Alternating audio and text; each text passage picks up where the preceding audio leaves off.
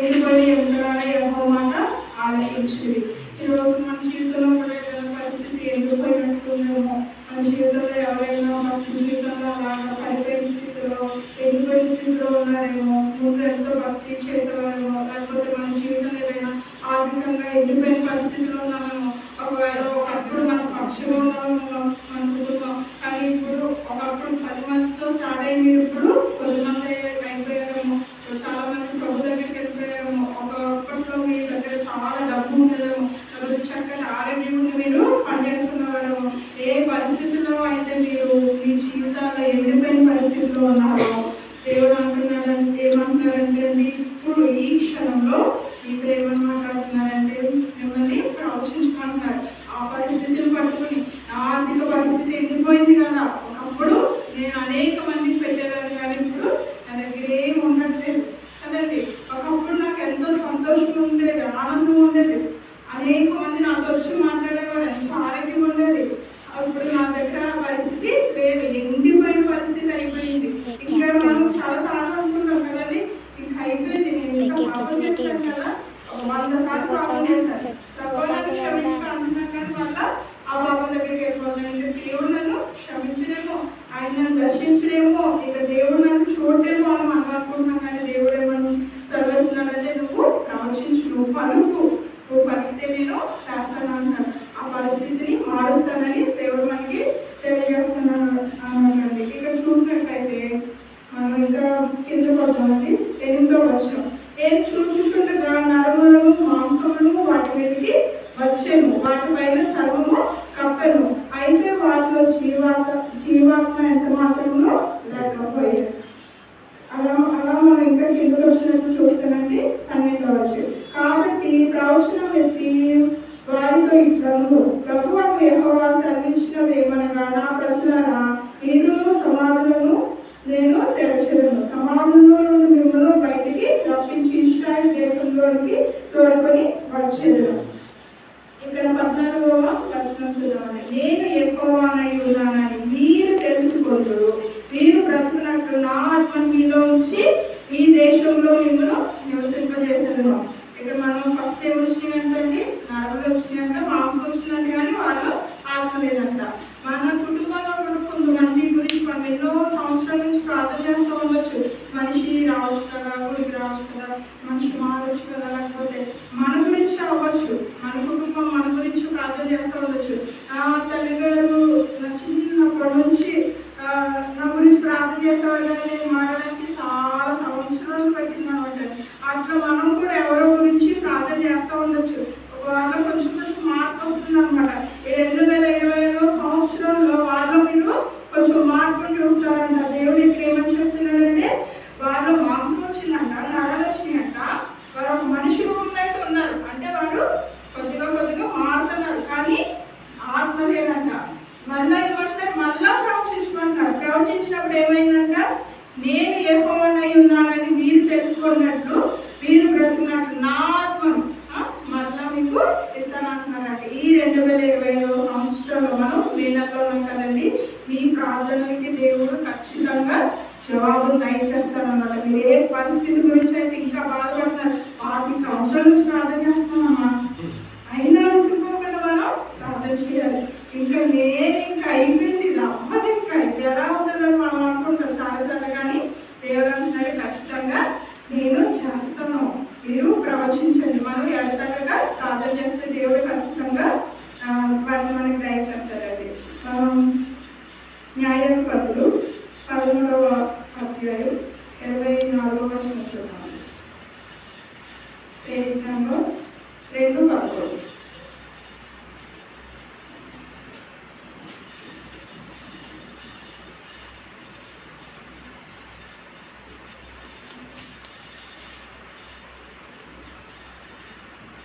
మనం సంసోన్ని చూడొచ్చండి. ఆ స్త్రీ కుమారుని కని అతనికి సంసోను పేరు పెట్టాను. హల్లెలూయా.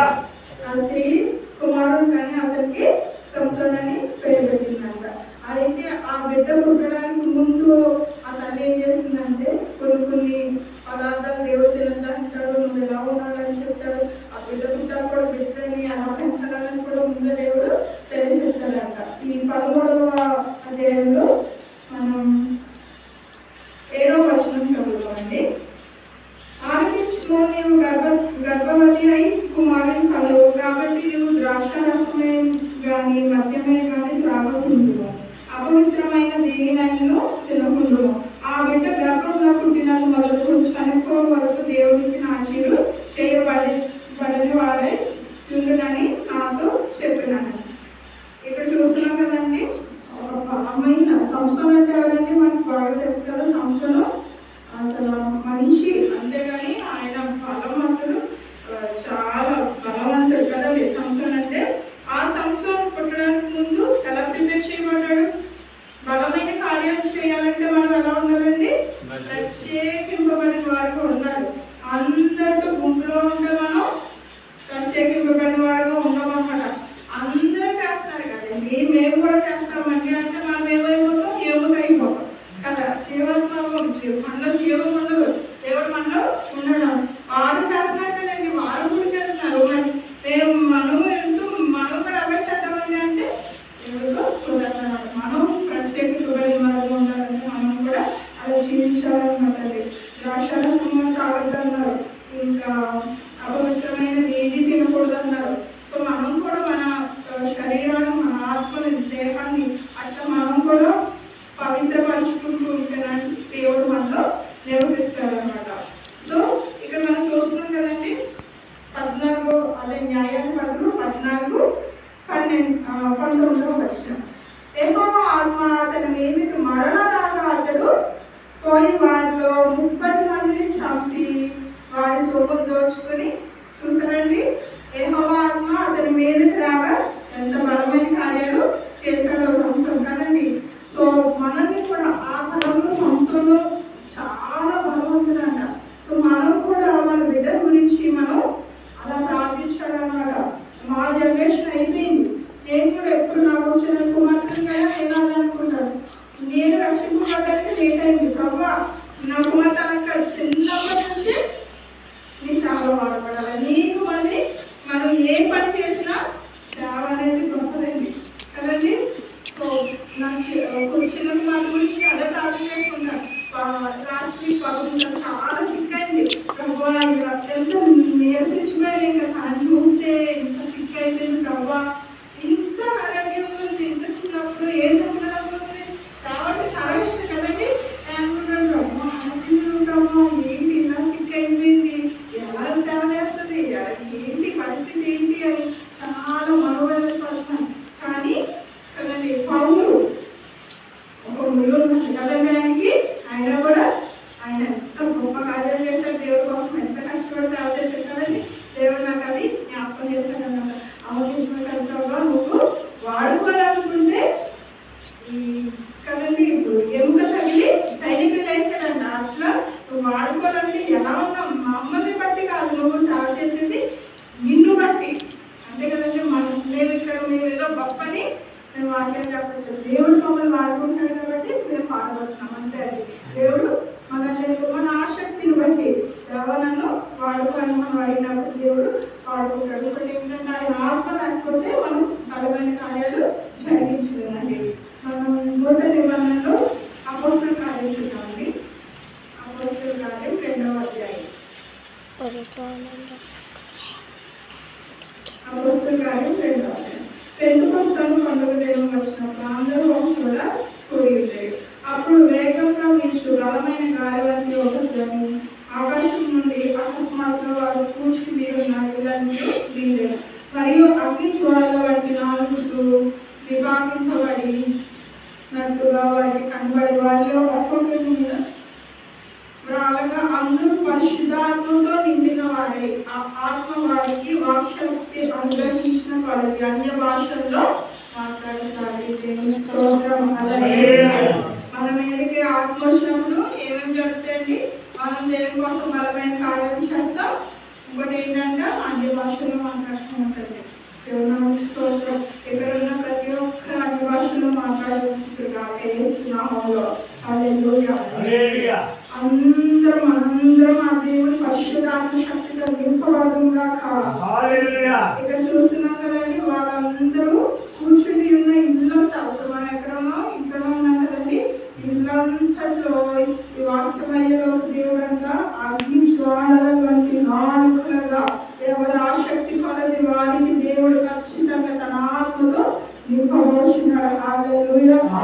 ఎక్కిన తర్వాత ఎటువంటి కార్యం చేస్తారండి మనుషుల ఇక్కడ 17వ అధ్యాయంలో అంత్య దినముల యందు మనం అక్కడ ఉంటారండి. అంత్య దినముల యందు నేను మనుషులందరి మీద నా ఆత్మను కుమ్మరించేది, మీ కుమారులను మీ కుమార్తెలను ప్రవచించేది, మీ యవ్వనులు దర్శనాలు చూస్తారు, మీ వృద్ధుల కళలు కంటారంట. ఇవన్నీ 3 విషయాలు కుటుంబాల్లో యేసునామములో జరుగునుగా. హల్లెలూయా. ఇక్కడ మనం చూసినట్లయితే 38వ వచనం పేతురు కూడా అదే ఆత్మ పేతురు మీద కూడా వచ్చిందంటండి. ఆత్మను పేతురు కూడా పొందుకున్నాక పేతురు ఎటువంటి కార్యాలు చేశాడో మనం చూద్దాం. పేతురు మీరు మారు మనసు పొంది పాప క్షమాపణ నిమిత్తం ప్రతివాడు యేసుక్రీస్తు నామమున బాప్తిస్మము పొందుడి. మనం ఫస్ట్ ఏం చేయాలండి? మారు మనసు పొందాలి. నెక్స్ట్ ఏం చేయాలండి? పాపాన్ని క్షమించమని దేవుడి దగ్గర వేడుకోవాలి. పాపము క్షమింపబడుతుంది. ఇది 2వ స్టెప్. తర్వాత ప్రతివాడు యేసుక్రీస్తు నామమున బాప్తిస్మము పొందుకోవాలి. తర్వాత అప్పుడు మీరు పరిశుద్ధాత్మను వరములు పొందుదురు. హల్లెలూయా. ఇప్పుడు మనం ఇక్కడ కూర్చున్న వారు కావచ్చు, మన కుటుంబంలో ఉన్నవారు కావచ్చు, ఎవరైతే ఫస్ట్ స్టెప్ లో ఉన్నారో 6 మనసులో ఉంటే వారు ఇంకా పైకి ఇంకా ఏం చేయాలి? పాపాన్ని ఒప్పుకోవాలి, దాన్ని విడిచిపెట్టాలి. ఆ నడిపింపులో వాళ్ళందరూ వచ్చేది కాక మీరు ఎవరెవరి కోసం అయితే ప్రార్థిస్తున్నారో ప్రభా ఈ వ్యక్తి మార్చేయ, మన కుటుంబంలో కావచ్చు, బయట కావచ్చు, ఎవరి కోసం అయితే మీరు విజ్ఞాపన చేస్తున్నారో వారందరి జీవితంలో ఈ కార్యాలన్నీ జరగాలి. వారు మారు మనసు పొందుదురుగా చేస్తున్నాము, వారు పాప క్షమాపణ పొందుదురుగా చేస్తున్నాము. హల్లెలూయా. యేసుక్రీస్తు నామమున వారు బాప్తిస్మం ఈ సంవత్సరంలోనే పొందుదురుగా. అప్పుడు మీరు పరిశుద్ధాత్మ, అప్పుడు మీ కుటుంబాలందరూ కూడా పరిశుద్ధాత్మ అనే వరంతో నింపబడతారు. హల్లెలూయా. ఇక్కడ మనం ఇంకా చూస్తున్నట్లయితే చూద్దాము.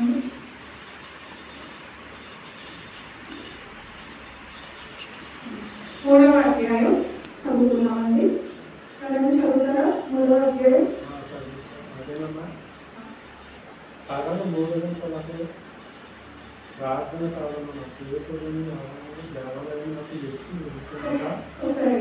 ఇక్కడ మనం చూస్తున్నాం కదండి. ఆ పేతురు పరిశుద్ధాత్మ పొందుకున్నాక ఏ కార్యాలు చేశారో మనం ఇక్కడ వివరిస్తున్నారు 3వ అధ్యాయంలో. పగలు 3 గంటలకు ప్రార్థన కాలంలో పేతురును యోహాను దేవాలయంలోకి ఎక్కి వెళ్తుండగా పుట్టిన మొదలుకొని కుంటువాడైన ఒక మనుష్యుడు మోసుకొనుకోవచ్చుండెను. హల్లెలూయా. పేతురు యోహాను ఖాళీగా లేదండి, ఖాళీగా కూర్చుని చెట్లు పెట్టుకుంటారు. మరి ఎలా ఉన్నారంట? మనం మారు మనసు పొంది పాప క్షమాపణ పొందిన తర్వాత బాప్తిజం పొందిన తర్వాత ఆత్మను పొందుకున్నాక మనం ఏం చేయాలి? ఇంట్లో కూర్చుని మళ్ళీ పాత జీవితానికి ఉండాలి కాదు. మనం ఏం చేయాలి? దేవుడు సేవ చేయాలి. ఏ పనైనా చేసుకోండి. ఏ పని చేసుకుంటే మీరు సాఫ్ట్వేర్ చేసుకుంటారా, లేకపోతే పొలం పని చేసుకుంటారా, మీరు డాక్టర్, లేకపోతే మీరు కరెంట్ పని చేసుకుంటారా, డాక్టర్ పని, ఏ పని చేసుకున్నా మీరు ఏం చేయాలి? కనీసం ఒక్కరిని రోజులో లేకపోతే వారానికి మీరు ఒక తీర్మానాన్ని దేవుడి దగ్గర మీరు తీసుకుని ఒక్కరినన్నా కనీసం మీరు టచ్ చేయాలన్నమాట. నేను ఒకప్పుడు ఇలా ఉన్నాను, ఒకప్పుడు తాగేవాడిని, తిరిగేవాడిని, ఒకప్పుడు ఇలా లేకపోతే అనారోగ్యంతో ఉన్నాను, దెయ్యాలు పట్టేస్తున్నాను. పైగా చెప్పారు కదండి సాక్ష్యం. అలా మనం కూడా వీళ్ళు సాక్షి ఏ పని చేసుకున్నా సాక్ష్యం చెప్తూ ఉంటారనమాట. అయితే అక్కడ వీళ్ళు ఖాళీగా లేదండి, యోహాను దేవాలయానికి ఎక్కి వెళ్తున్నారనమాట. దేవుళ్ళలోనే గడుపుతున్నారు అనమాట. ఆత్మను పొందుకున్నాక మనం దేవుళ్ళలో గడపాలన్నమాట. పుట్టిన మొదలుకొని కుంటున్నాడని ఒక మనుష్యుడు మోసుకొని పోవచ్చుంటాడు. వాడు దేవాలయంలోకి వెళ్ళాలని అడుగుతున్నాడు, విషయం అడుగుతున్నాడు. అయ్యా అయ్యా డబ్బులు అయ్యా ఇలాంటి వాడు కుంటున్నాడు అనమాట. సో వాడికి తినడానికి వాడు మన్నా లేక పని చేసుకున్నాడు ఫ్రెండ్స్. వాడిని అక్కడ పెడుతుందంటే వాడు అడుక్కోవడం అలా వాడికి చచ్చిపోయింది. అయితే ఇక్కడ నేను ముందే చెప్పాను కదండి, మనకి 2 సంవత్సరాల నుంచి మనం అడుగుతున్నాం కదా పలానా ఒక విషయంలో. 15 సంవత్సరాల నుంచి, లేకపోతే 10 సంవత్సరాల నుంచి, లేకపోతే 10 సంవత్సరాల నుంచి ఏదో గడ్డొచ్చిందో, లేకపోతే ఎక్కడో మనకు బాగాలేదో, లేకపోతే ఇది మా బ్రతుకు అయిన వాళ్ళ చక్కగా ఉన్నారే, లేకపోతే వాళ్ళ ఆశీర్వాదం ఇంకా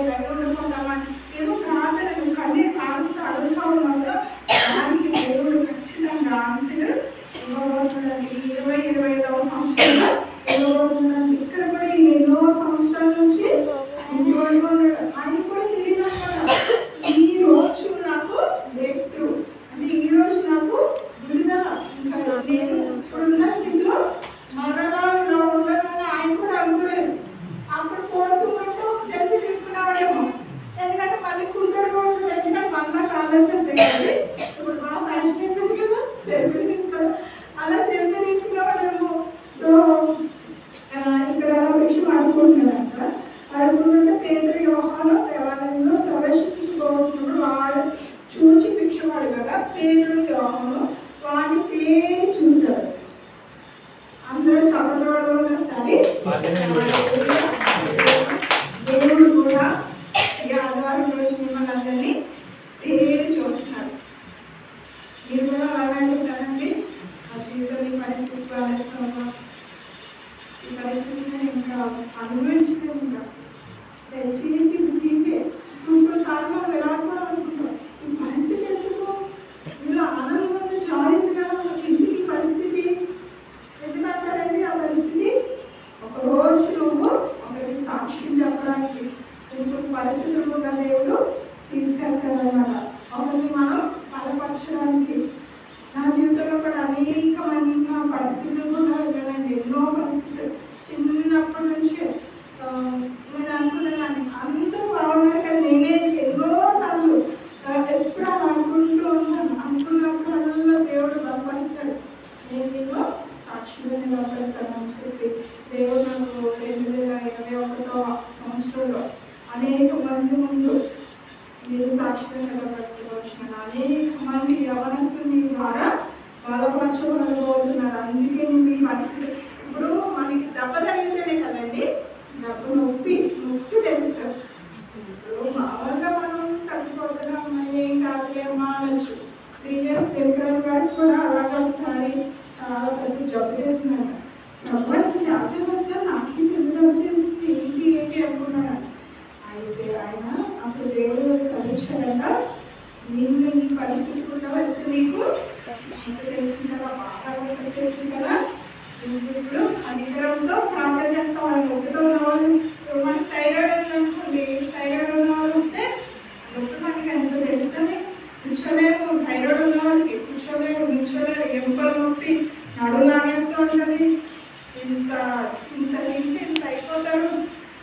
అసలు ఏ పని చేయలేరంట. చాలా ఉంటుంది. ఆ బిడ్డ వచ్చిందంటే మనం ఎలా ప్రార్థన చేస్తామండి. అమ్మ ప్రభా నేను పడుతున్నాం ప్రార్థన బిడ్డ అనుకోలేదు. సో అలాగా ఇక్కడ చూద్దామండి.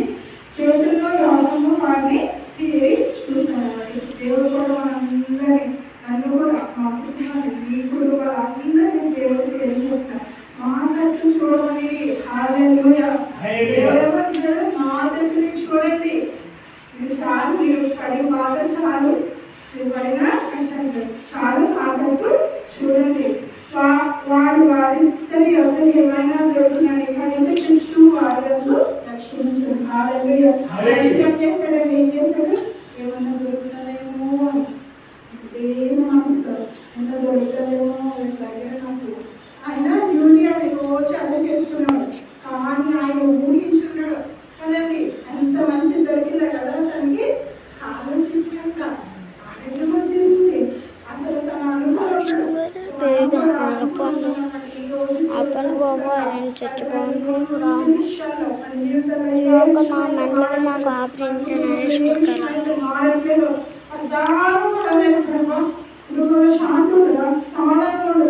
ఎప్పుడు చూడు నాకు ఏడిపోయినా నా తోటతో బాగుంటారే నా బ్రతికించుకెలా ఉంది మార్చాడు అడుగుతున్నా చూడు. ఆ విషయంలో దేవుడు నీకు బ్రతికిస్తాను సరిస్తున్నట్టు చేతుల్లో యోహాను వారిని పేరు చూసి మాటలకు చూడమంది. వారు వారి యొక్క ఏమైనా దొరికినాన్ని కనిపెట్టు వారి యొక్క రక్షించు.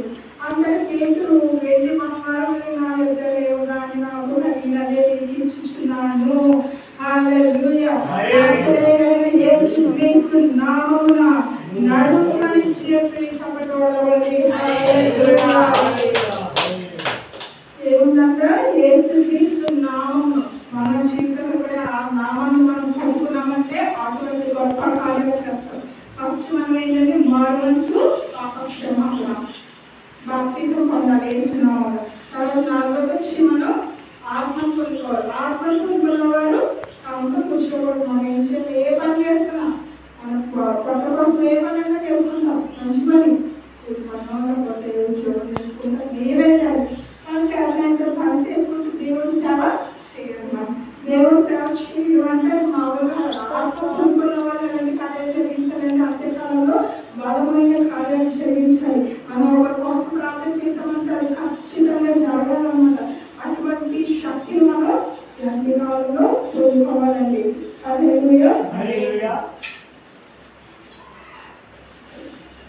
యేసుక్రీస్తుని చెప్పి వాడిని కుడి చేయి పట్టుకుని లేవనెత్తారు. వెంటనే వారి పాదములను చీల మండలను బలము పొందారు. వాడు దిగ్గున లేచి నిలిచి నడిచారు. నడుచుచు కంతులు వేయించు దేవుని స్తుతించుచు వారితో కూడా దేవాలయంలోకి వెళ్ళారు. మనం కూడా మన పరిస్థితులు, చర్చిన పరిస్థితులు, దేవుని పరిస్థితులు, ఆ ప్రతి ఒక్క పరిస్థితుల్లో మనం దేవుడు వేడుకొనిగా ఆ దేవుడు నన్ను తేల్చుకోవడానికి సెలవిచ్చినాడు. మనం తేల్చుకొచ్చినప్పుడు దేవుడు మనం కూడా అటువంటి ప్రతి ఒక్క ఎండిపోయిన పరిస్థితుల నుంచి లేచి నిలబడి నడుచుచు గంతులు వేయచ్చు 2025వ సంవత్సరంలో దేవుని మనం కూడా స్తుతించుకోవచ్చున్నాం. హల్లెలూయా.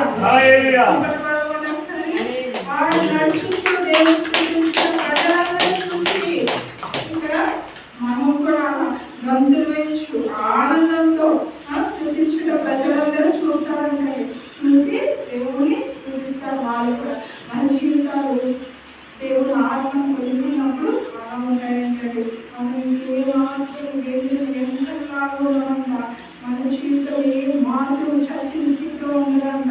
మనం ఏ మాత్రం ఎప్పటి నుంచి అలా కూర్చుని ఉండిపోయాడంటే స్టాగ్నేటెడ్ అంటే అట్లా ఉండిపోయింది అనమాట. గొడవంటే అలా ఉండిపోతుంది. గురించి వాసన చెత్త చదవడం ఇట్లా ఫ్లో అవుతుందంటే ఫ్రెష్ వాటర్ అవి డ్రింక్ చేస్తారు, అన్నింటినీ యూజ్ చేస్తారు కదండి. సో మనం అలా ఉండాలంట ఇలా ఉండాలి.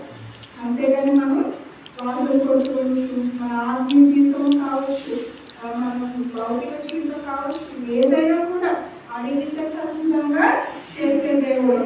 యేసు నామం పట్టుకుని మనం అడిగినప్పుడు దేవుడు కార్యం జరిగిస్తారనమాట. సో ఒకసారి మనం చెప్తున్నామంటే ఫస్ట్ ఏంటి మారు మనసు, రెండవది ఏంటంటే పాపక్షమాపణ.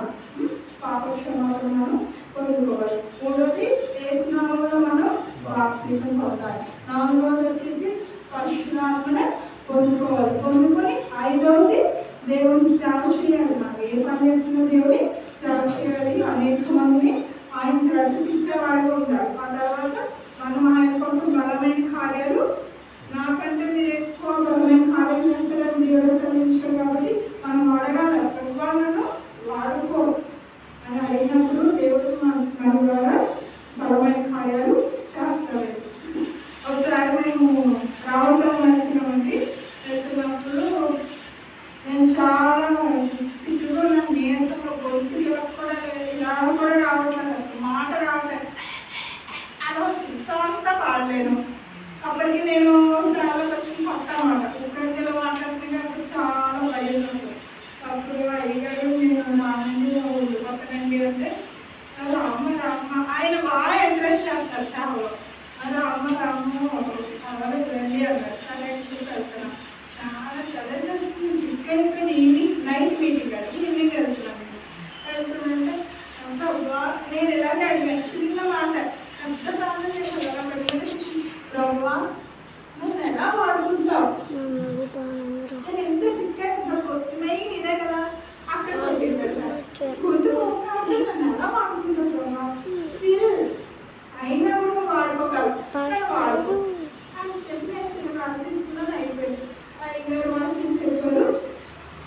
అయిపోయిన తర్వాత పాస్టర్ గారు టీవీ ప్రే చేద్దరు కానీ అమ్మవారిని కూడా అన్నారు. అప్పుడు నేను అంతవరకు ఎప్పుడు హీలింగ్ ప్రే చేయలేదు. నార్మల్గా ఎవరైనా వస్తే ప్రే చేయడం వరకు, కానీ ప్రార్థన అయిపోయాక హీలింగ్ ప్రే ఆయిల్ అనేది చేయడం అంటే నాకు లేదు. అది అతనికి ఇంకా పాప ఉంటుంది 23వ తరగతి సమయం. నేను హీలింగ్ ప్రే అంటే నేను రానంటే పైగా అలా చేయకూడదు. ఆయన వచ్చాడు నుంచోడు చేసిన ఫస్ట్ అయినా సరే అని అక్కడ నుంచున్నాను.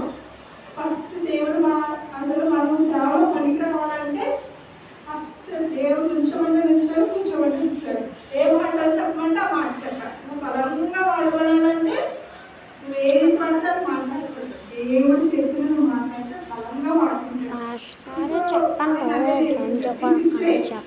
దేంట్లన్నా మనకి ఏంటంటే వర్క్ చేసేటప్పుడు డిసిప్లిన్ ముఖ్యం కదా. వచ్చి అక్కడ నుంచున్నాను నేను. అయ్యగారు ప్రే చేస్తే నాకు ఆవిడ పడిపోయింది. ఈలోపు ప్రభు నాకు బాగా చించింది, నువ్వు కూడా చేయాలి. ఇంకో పాస్టర్ గారు అని అంటారు, ఆయన కూడా చేయమ్మా అంటారు. సరేనా ఆయనలో పెట్టుకుని ఒక సన్నగా ఎండిపోయిందండి. ఇంకా కొద్దిగా ఉంది, సన్నగా ఉన్నారు. అమ్మ గొంతు రావట్లేదు. అమ్మ థైరాయిడ్ అసలు చాలా బాగుంటుందమ్మా, మెడిసిన్ వాడాలి అంటారు. సరే అని ప్రే చేస్తే సైతం నాకు అర్థమైంది అన్య భాషల్లో. ఇక్కడ దేవుడు కోరుకున్నవారు ఇక్కడ చూసగలిగిన మనం అపొస్తల కార్యంలో అన్య భాషలో మాట్లాడి ప్రార్థన చేస్తే ఆవిడ గట్టిగా అది నాకే ఫస్ట్ టైం అనమాట. నేను చూడడం కూడా అది ఫస్ట్ టైం. పైగా చేసినప్పుడు చూసాను కానీ అప్పుడు ప్రభు నువ్వు ఇలా కూడా వాడుకుంటావు. నేను చాలా ఈయన కాళ్ళు వచ్చినప్పుడు ఎలా కనిపిస్తాడో నేను కూడా అలా కనిపిస్తాను. సో హ్యాపీ అనమాట. నువ్వు ఇలా కూడా వాడుకుంటావు కదా, థ్యాంక్ యూ జీసస్ అని. ఇంకా తర్వాత ఆడవాళ్ళు కూర్చున్న వాళ్ళందరికీ ప్రార్థన చేశాను అనమాట. సో దేవుడు అలా ఉందండి. ఏదో ఒక రీతిలో మనకి తెలియదు. కొన్ని కార్యాలు మనం చూస్తాం, కొన్ని కార్యాలు చూడం కదండి. కొంతమందికి మనం టేక్ చేసి వెళ్ళిపోవడం, ఆడికి దేవుడు ఖచ్చితంగా కార్యాలు చేస్తాడు. దేవుడు చేసే దేవుడు అనమాట. అట్లనే కొవ్వూరులో పాపం ఉంటుందండి. వాళ్ళ అమ్మ నాన్నగారు చనిపోయారు. వాళ్ళ అమ్మ దగ్గర తిరుగుతుంది. వాళ్ళ తాత ఎన్నో సంవత్సరంగా పెంచేద్దాం అనుకున్నాడు, అవ్వలేదు. ఆయన చనిపోయాడు కరోనాకి. అమ్మమ్మ దగ్గర ఉంటారు. అమ్మమ్మ దగ్గర ఉంటే మేము ఐదారు స్వార్థి ఉన్నప్పుడు వాళ్ళ ఇంటికి వెళ్ళమని పద్దాం అంటే వీళ్ళు ప్రేమిస్తున్నారు. అయినా మీ దాటి వెళ్ళిపోయింది. అలాగే చూస్తుంది రోడ్డు ఏదో మనిషి పట్టుకుని దేవుడు మనతో మాట్లాడతానంటారు. ఇంటికి తీసుకెళ్ళాలని చాలా బలంగా ప్రేరణ వస్తుంది అంటే తీసుకెళ్ళదు. అమ్మ సమస్య చెప్పదమ్మా అంటే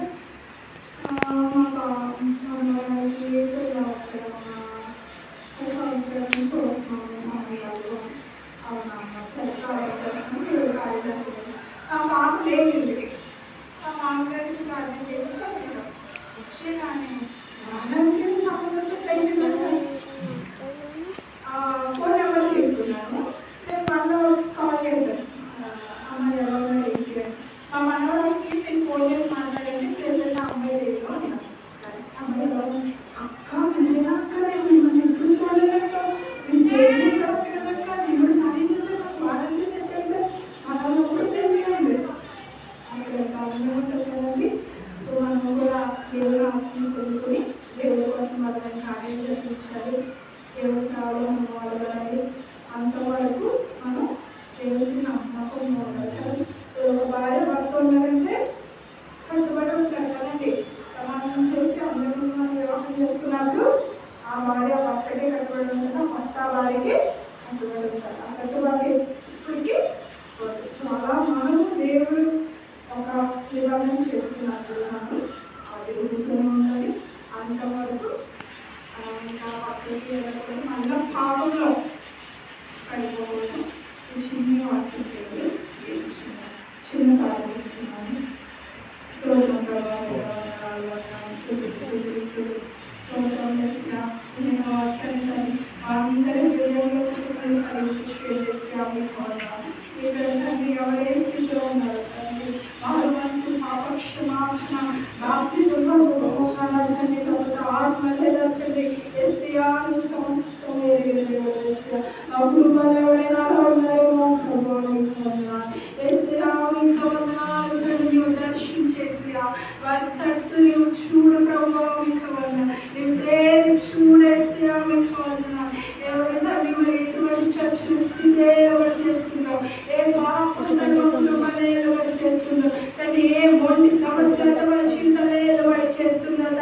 మా కుటుంబాల్లో తండ్రి ఆదిష్ట వేసిన సైతం శక్తులని యేసు నామములో